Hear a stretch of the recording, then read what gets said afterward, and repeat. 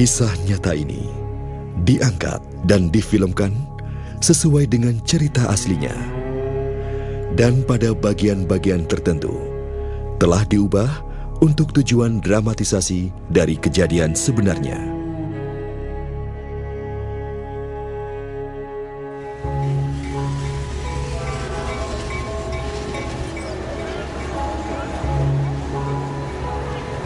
Hidup itu layaknya sebuah perjalanan, di mana ada banyak sekali perhentian di sepanjang jalan itu. Terkadang berliku, kadang terhalang rintangan. Tapi ada kalanya indah dan terjadi hal-hal yang tidak terduga. Inilah sebuah perjalanan, jalan hidup saya. Nama saya Dini Widianing Tias. Saya bukanlah seorang aktris, tetapi sayalah Dini yang sebenarnya. Dalam cerita ini, perjalanan dimulai.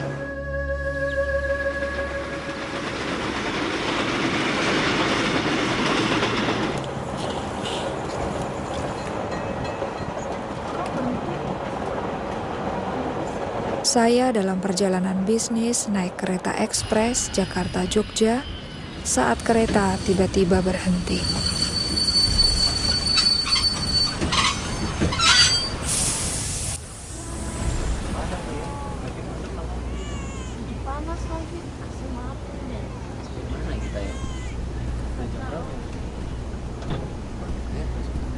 Permisi Pak, kenapa kereta api berhenti? Aduh, saya tidak begitu tahu Bu ya, mungkin ada sedikit kerusakan pada mesin. Lalu kapan tahunya Pak? Saya tanya dulu sama masinis Bu. Bapak kembali lagi kan Pak? Kalian lihat kan, kita sepanjang hari bisa berhenti di sini. Saya juga jamin nih AC-nya pasti mati. Kita kehabisan udara. Duh, mana panas lagi. Mbak lagi lihat apa? Mereka tidak akan menurunkan kita di sini kan, Mbak? Bayangkan. Apa? Membayangkan apa? Saya dibesarkan di tempat ini. Oh, jadi Mbak tahu kita berada di mana sekarang ini? Gombong. Gombong? Aduh, saya dijemput adik saya di Jogja. Jam berapa ya sampai sana? Aduh, mana sih konduktor itu? Kok nggak balik, Pak?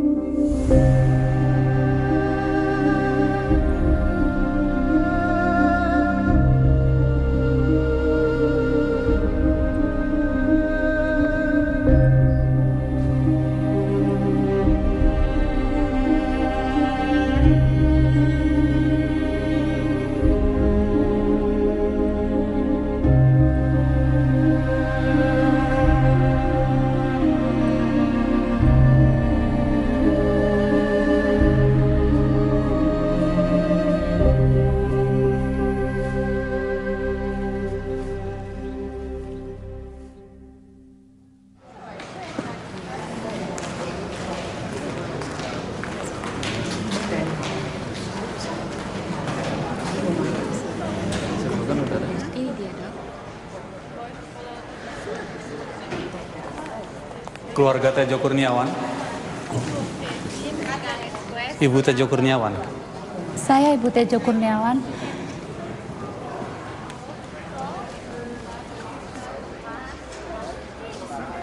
Pak Tejo mengalami serangan jantung. Serangan jantung. Bagaimana mungkin, Dok? Memang dalam laporan UGD yang disampaikan kepada kami tidak dapat memahami apa yang terjadi. Beberapa saat yang lalu, Bapak terlihat sehat-sehat saja. Kemudian sakit karena diare dan muntah-muntah. Beberapa jam setelah dibawa ke rumah sakit, Bapak alami serangan jantung, lalu meninggal. Bapak meninggal begitu saja. Saya merasa disambar petir. Apa yang kami bisa sudah kami lakukan untuk menolong Pak Tejo. Namun Pak Tejo sudah tiada. Tak mungkin. Tak mungkin Mas Tejo meninggal. Tidak mungkin. Apa yang terjadi dengan saya? Kami turut berduka cita, Bu. Mohon maaf.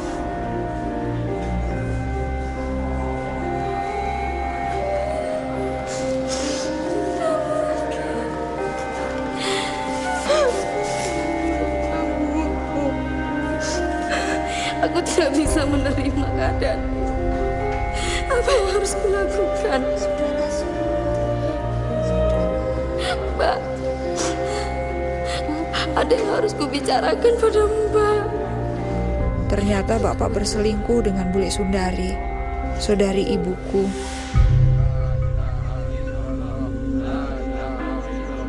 Dia sedang hamil 8 bulan saat Bapak meninggal.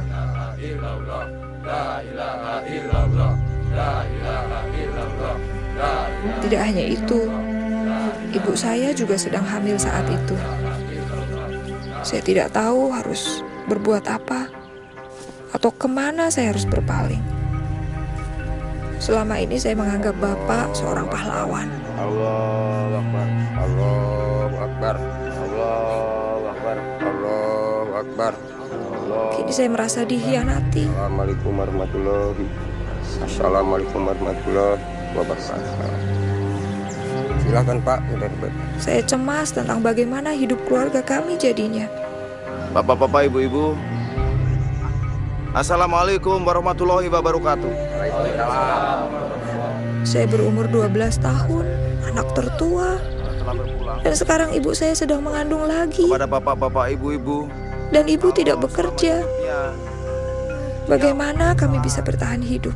Saya mohon dan saya harap kepada bapak-bapak dan ibu-ibu untuk memaafkan dia. Saya yang akan bertanggung jawab. Amin. Wassalamualaikum warahmatullahi wabarakatuh.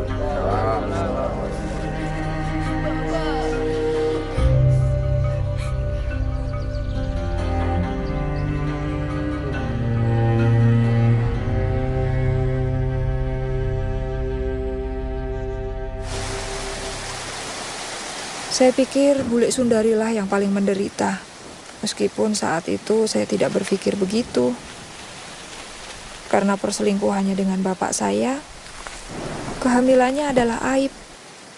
Karena itu dia pergi meninggalkan Gombong dan tidak tahu pergi kemana. Meski begitu, aku sudah menasihati Wulandari. Terus gimana Mbak Yu? Sebenarnya aku katakan bahwa aborsi akan menjadi salah satu jalan untuk mengatasi semua permasalahannya. Kita kan harus berpikir secara realistis toh. Udah dengar belum Mbak Yu? Apa? Mas Tejo itu loh punya garwo simpenan. Istri simpenan? Iya. Yang di Kota Kembang, penjahit itu loh. Dari mana sampean tahu? Raden Sanjaya, sepupunya yang kemarin datang ke sini. Sepupu yang mana, Mbak yang Yu? Itu loh yang sempat nikah sama sopir taksi. Oh. Sebentar. Aku dengar ya, bisnis peternakan ayam tarung Masku itu laku dijual dengan harga bagus. Iya kan? Tentu saja istrinya punya uang banyak tuh. Belum lagi soal studio fotonya itu. Itu. Kok nggak pernah tahu?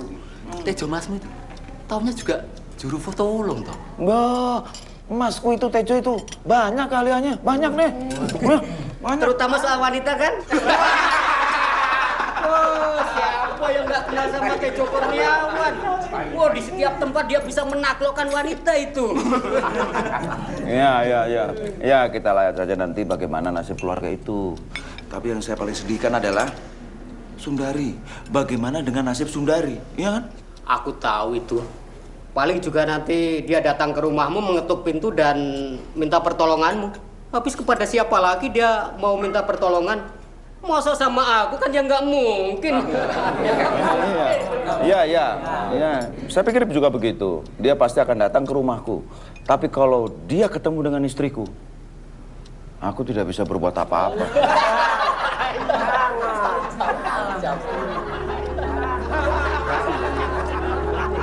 Salahnya kalau si Sundari itu sedang... Orang-orang yang kami harapkan untuk menolong malah mengatakan hal-hal yang menyakitkan hati. Saya nggak tahu waktu itu harus berbuat apa. Saya pikir hanya Tuhan yang bisa menolong kami. Kamu kan masih kecil, Mbak, waktu itu. Ya, saya tidak pernah ke lapangan itu lagi. Sampai akhirnya uang pensiun Bapak cair, kami pindah ke Semarang. Ibu buka toko kecil di rumah baru kami untuk memenuhi kebutuhan hidup. Namun itu benar-benar sebuah perjuangan. Sampai akhirnya ibu memutuskan menyerahkan 2 adik perempuan dan 1 adik laki-lakiku diadopsi oleh orang lain. Saya juga dengar keadaan Bule Sundari bertambah buruk. Setelah anak laki-lakinya lahir, dia pindah ke Sukoharjo dan tinggal dengan nenekku. 2 tahun berlalu, itu tahun-tahun yang sulit untuk dilalui.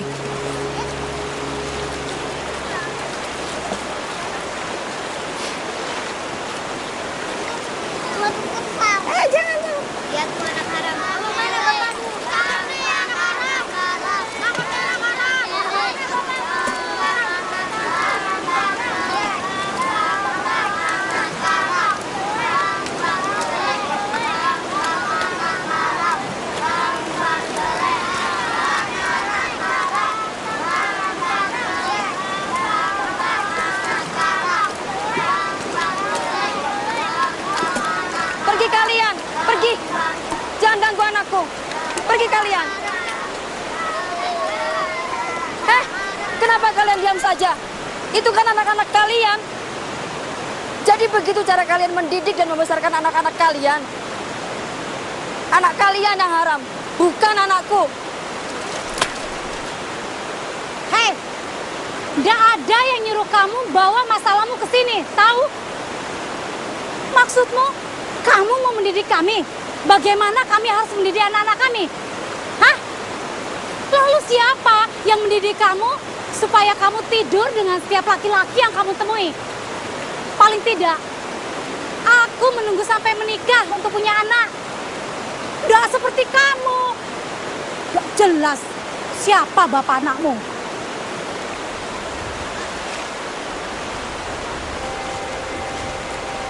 Siapa bapak anakmu?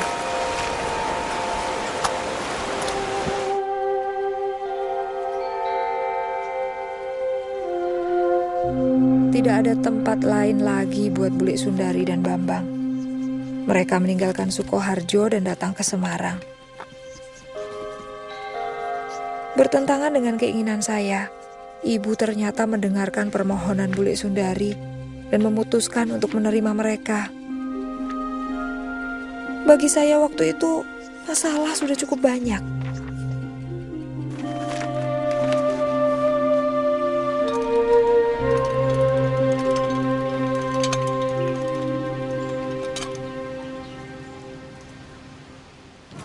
Aku tolong ambilin jemuran ya, Nar. Pergi sana. Ngapain di sini? Bilang pergi. Kamu tahu enggak? Tuh benci sama kamu.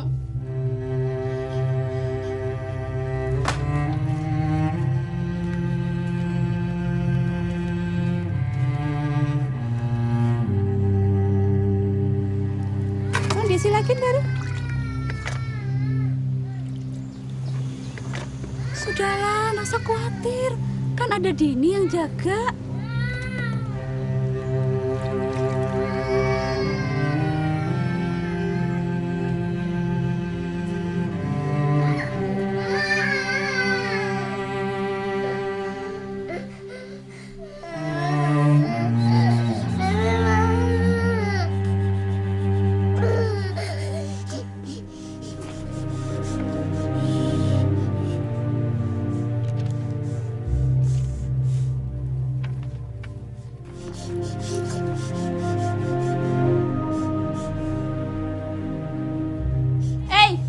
Buku diari siapa itu? Apa hak bule baca buku diari orang? Bos ini nggak? Bos ini.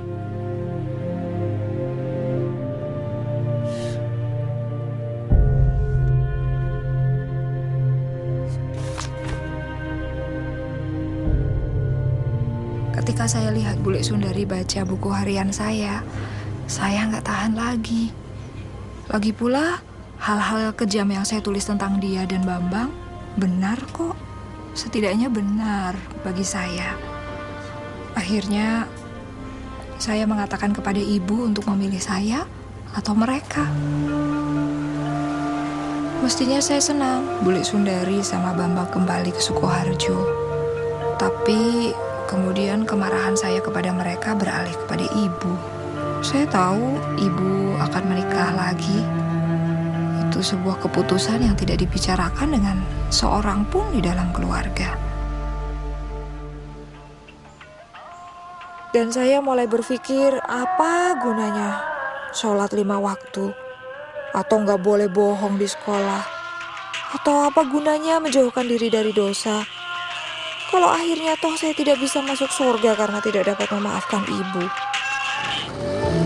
Semuanya itu membuat saya marah. Sampai akhirnya saya berkesimpulan untuk tidak lagi peduli pada agama. Saya tidak peduli dengan sopan santun. Saya hanya ingin bebas. Saya ingin melakukan apa saja yang ingin saya lakukan. Dan saya memutuskan tidak seorang pun dapat menghalangi saya, termasuk agama.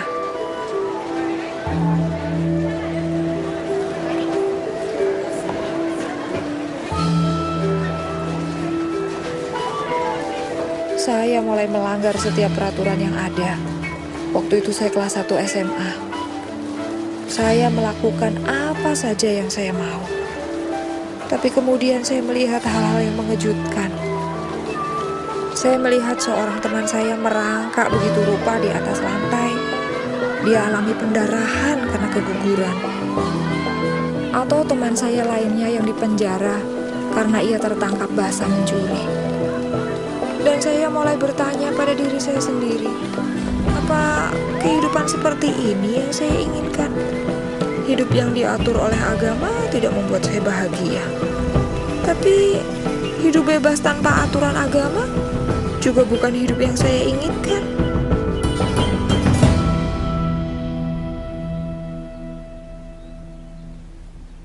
Kemudian Ramadan tiba. Dan saya mendapati diri saya kembali kepada iman saya. Setelah sekolah, saya mulai menghabiskan waktu dengan membaca buku-buku agama dan mengaji. Saya mulai membaca Al-Quran dengan tulus dan merasakan keinginan yang besar untuk lebih dekat dengan Allah. Saya benar-benar ingin mendapatkan kedamaian.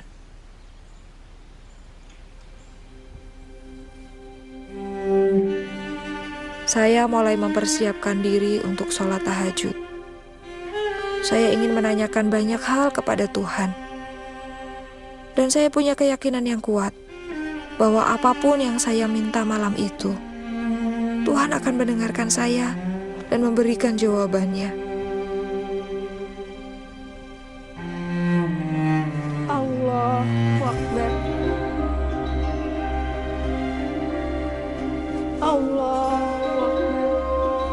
Lalu saya tahajud menurut ayat-ayat tertentu yang saya sudah hafalkan. Rahmatullah. Assalamualaikum warahmatullah. Saya benar-benar hancur hati dan menangis kepada Tuhan. Ya Allah, Dari hati saya yang paling dalam, saya ingin menyenangkan Kau lebih dari apapun. Tunjukkanlah saya jalan, maka saya akan mengikuti Engkau manapun Kau pimpin. Tapi jika Engkau tidak menunjukkan jalan mana yang harus saya tempuh malam ini juga, jangan salahkan saya. Jangan salahkan saya, karena saya memilih jalan saya sendiri.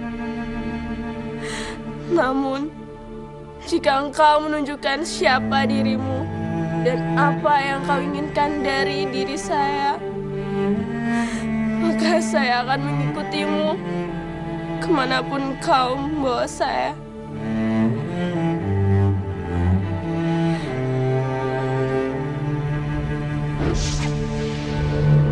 Pada saat itu, cahaya terang tiba-tiba muncul di hadapan saya. Kemudian membentuk sesosok manusia yang memakai jubah putih. Saya tidak dapat melihat dengan jelas wajahnya, tapi kehadirannya entah mengapa memberi saya ketenangan dan keyakinan. Dan tiba-tiba, entah bagaimana saya menyadari bahwa dia adalah Isa. Dan dia berkata, "Ikutlah aku." Dini, ikutlah aku. Saya bingung karena saya pikir, Tuhan, saya ini kan orang Islam, bagaimana mungkin saya mengikuti Engkau? Kau adalah orang yang dipanggil Tuhan oleh orang-orang Kristen. Tuhannya orang murtad yang tidak mengenal Allah.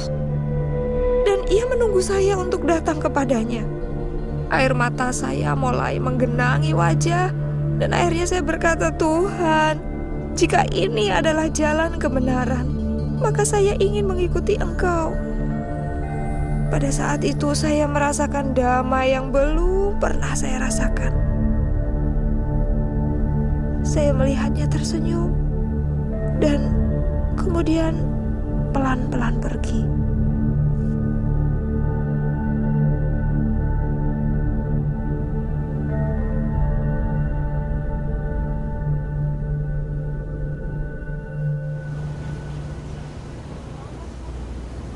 Saya harap saya nggak menyinggung perasaan Mbak. Apapun yang terjadi, pasti sangat mempengaruhi kehidupan Mbak. Saya tidak akan pernah sama lagi. Saya benar-benar berubah sejak hari itu. Saya mengerti. Lalu apa kelanjutannya, Mbak? Saya mulai mencari orang Kristen. Di desa saya tidak ada satu orang pun orang Kristen. Tapi di desa seberang ada. Saya mulai ke sana. Mula-mula mereka takut karena saya meminta satu Alkitab pada mereka. Tapi kemudian mereka memberikannya dan saya mulai membacanya. Semuanya itu saya masih berusaha untuk sembunyikan dari ibu. Tapi nggak lama kemudian ibu tahu. Serang ibu pasti tahu apa yang terjadi, Mbak. Lalu apa kelanjutannya? Ya, ibu minta saya berubah. Dia menangis. Dia merasa gagal sebagai seorang ibu. Dia pikir saya masih marah dengan pernikahannya. Dan dia pikir saya masih balas dendam. Dan anggota keluarga yang lain?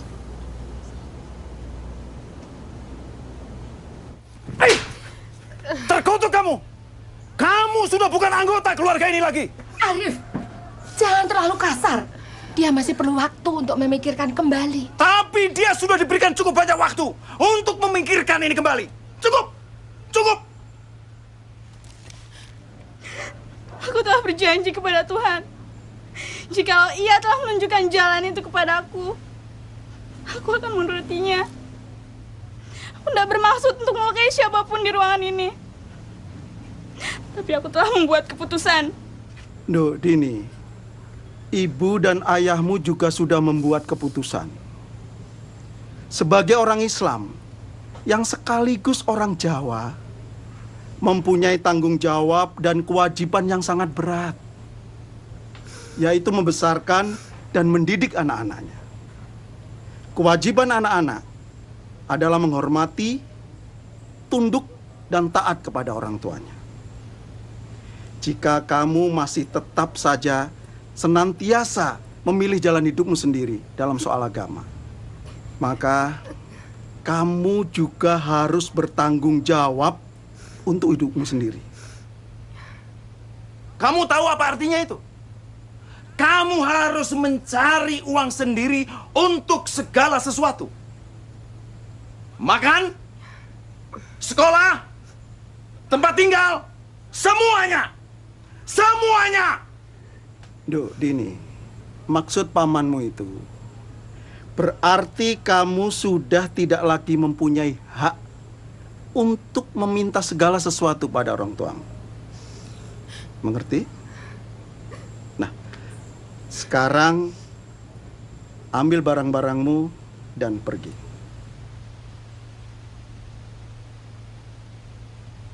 Cepat.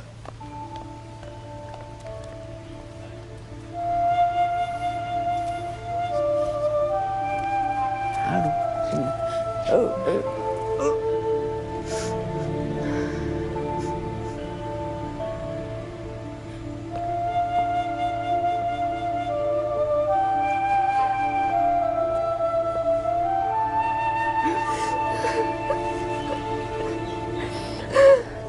Saya tidak tahu dari mana kekuatan itu datang. Tapi saya pergi dari rumah dan pindah ke kota lain, yaitu Solo. Saya berumur 16 tahun saat itu. Saya kontrak sebuah kamar di sebuah rumah kos dan melanjutkan pendidikan untuk menjadi pekerja sosial. Saya sudah menyelesaikan tahun pertama di kota Semarang. Orang di bagian administrasi sekolah di Solo menerima saya sebagai siswa pindahan tanpa banyak pertanyaan. Usai sekolah, saya bekerja setengah hari dan berhasil bertahan hidup. Saya berpikir, jika sesuatu berjalan tidak sesuai dengan rencana, saya bisa datang ke rumah nenek dan minta bantuan. Saya tinggal di Solo selama 3 tahun. Saya cukup sering datang ke rumah hanya untuk berkunjung saja. Kemudian setelah saya lulus dari sekolah, saya dapat pekerjaan di Semarang. Kemudian saya kembali. Pertama-tama sih memang sulit, tapi akhirnya segala sesuatunya jadi normal. Lega rasanya. Akhirnya berakhir juga ya, Mbak. Mereka pasti berjuang untuk bisa memaafkan. Sebenarnya orang yang paling berjuang untuk memaafkan itu saya, Mbak. Bukankah orang-orang Kristen harus bisa saling memaafkan? Iya, benar. Hanya kadang-kadang jaraknya sangat jauh. Yaitu dari sini sampai ke sini.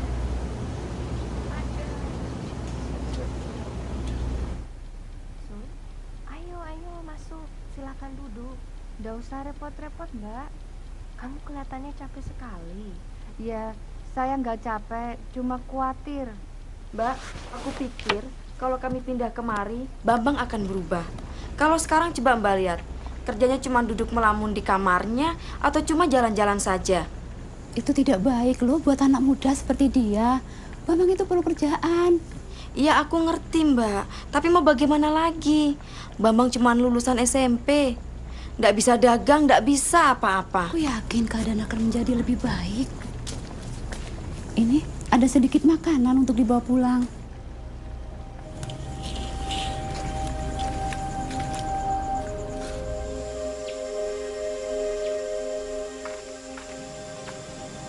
Assalamualaikum.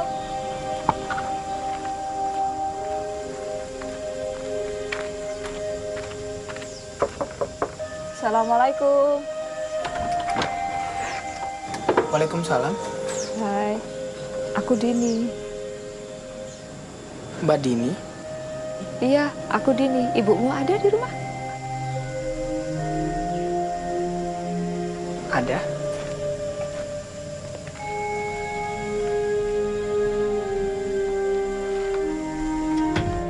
Bu, Mbak Dini datang.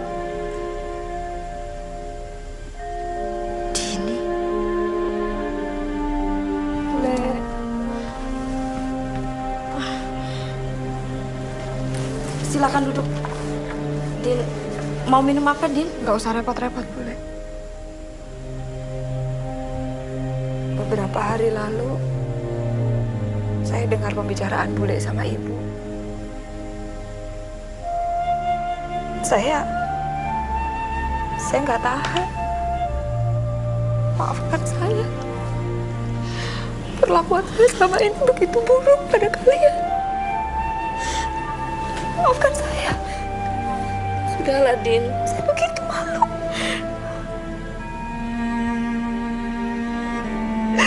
Aku mohon maafkan aku. Atas semua hal yang buruk yang pernah aku lakukan pada kalian. Aku mohon maafkan aku. Aku menyesal. Sudahlah, Din. Bule sudah memaafkan.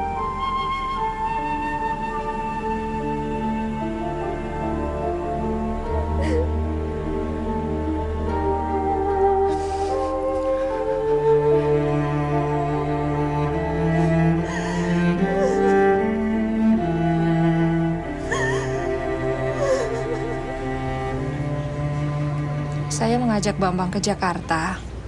Ketika kami mulai mapan, saya memberinya uang untuk berjualan sepatu di pasar. 3 bulan kemudian, dia mulai mendapat untung dan tidak membutuhkan uang dari saya lagi. Di mana dia sekarang? Dia di Jakarta. Dia baik-baik. Saya selalu menangis kalau mendengar cerita yang akhirnya bahagia. Tapi itu belum akhir cerita. Lalu apa? Apa ada yang lebih baik? Ya, karena ternyata masih ada 1 orang lagi yang saya belum maafkan. Pamanmu yang menampar kamu. Kalau ada saya, dia nggak bisa menampar kamu, Mbak. Bukan dia. Yang saya harus maafkan adalah bapak saya. Bapakmu? Kan katanya sudah meninggal waktu Mbak masih kecil. Iya. Yang meninggal dan meninggalkan saya dalam banyak kebingungan. Yang meninggalkan saya dengan banyak kepahitan. Yang mengharuskan saya cari jalan keluar sendiri. Dan sekarang Mbak sudah memaafkannya. Kapan hal itu terjadi? Baru saja.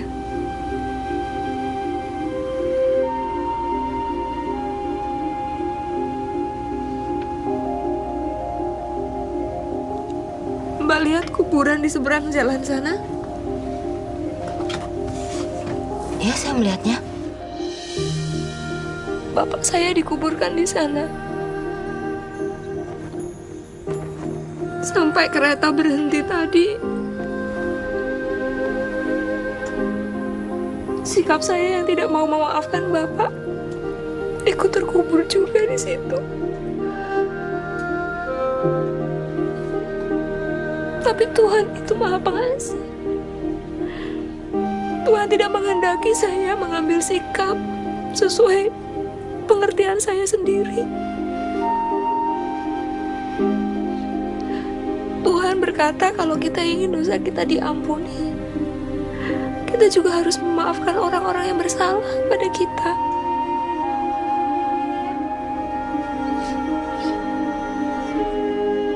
Saat saya bercerita ini, saya ingat betapa sebenarnya saya sangat mencintai bapak saya. Dan bapak juga mencintai saya. Kami punya masa-masa yang indah, masa-masa yang manis untuk diingat. Sepertinya kereta ini berhenti hanya untuk kamu, Mbak. Saya juga berpikir begitu. Sepertinya Mbak seakan-akan sangat mengenal Tuhan. Dan seolah-olah Tuhan itu sahabat Mbak. Tuhan berkata agar aku mengikut Dia. Saya nggak selalu tahu kemana Tuhan membawa saya. Tapi saya tahu satu hal. Dia bisa dipercaya untuk membawa saya kemanapun saya harus pergi.